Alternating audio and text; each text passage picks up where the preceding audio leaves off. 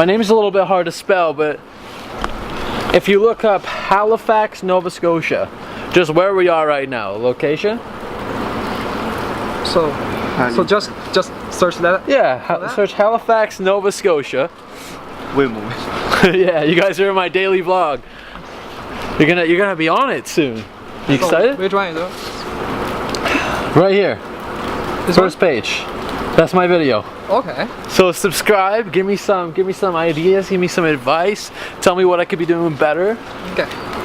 Thank you so much, I appreciate it. Is that moving to Halifax, yeah. Hey. How's it going? Good to see you. First one? Yeah, right there. Oh, this one? Yeah. Okay. Appreciate it. You guys are the best. You made my day. Take care. So I'm hosting an event on Friday and I got a message, a comment that I want to respond to, and this video is a response to a ridiculous comment. So what is this ridiculous comment that I'm going to be responding to? Well, let's put it up on screen. This is some of the criticism that you may face while you're grinding on the internet using a strategy similar to mine, and I want to teach you exactly why it's okay. So I posted this event that I'm hosting on Facebook and I had somebody write a comment. This guy named Raymond Graham tagged his friend. He said, Richard Austin McKinnon. Obviously this guy is another YouTuber, whether he's local or not. I'm assuming he's local. And he said, unsure. And he said, unsure why I would take advice from someone with less subscribers and views per video. So I thought, okay.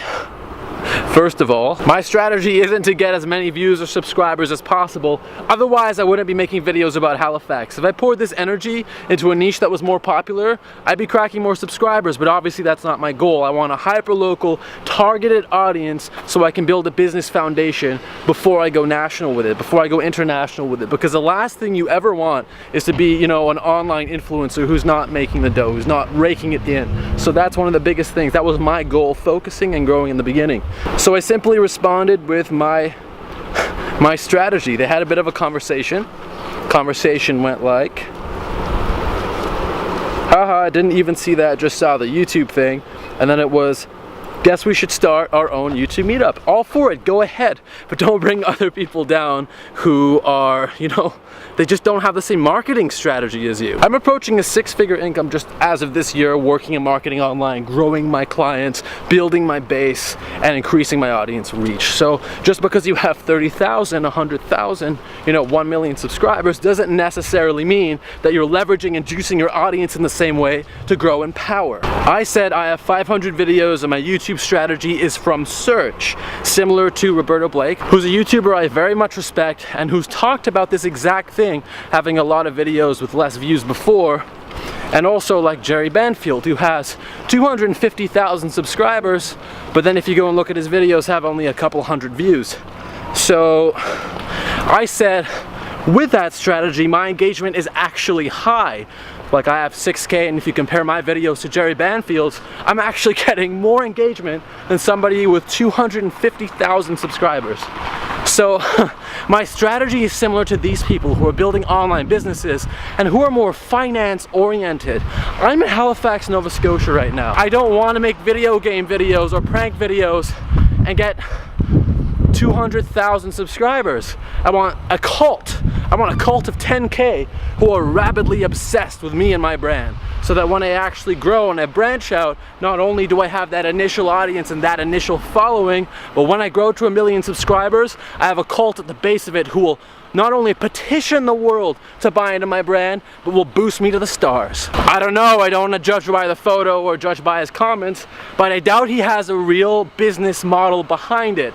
As you can see, I'm much more than a ladder climber. I'm into astronomical, exponential growth, focused on power and leverage. Every single road I go into, every single coffee shop, I can't go on a bus without people saying, hey Nader.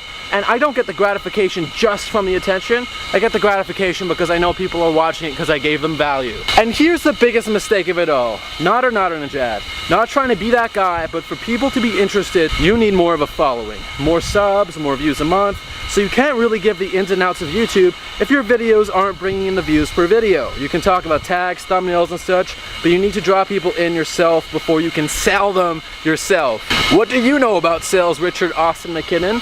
I make high-ticket sales every single day. I focus on building a marketing agency, making high-ticket sales on products. I don't even have a tangible product, and I can make sales over $5,000. So if you're talking about selling to me, you gotta understand that I understand selling. I understand how to sell things, and most of all, I understand how to sell myself. My reputation at age 16, I was speaking with Peter Mansbridge. I called Chris Hadfield. How do you think I got on the phone with these people at that age? I can sell anything. And go figure, I got an inbox message later on saying that he doesn't share his channel link.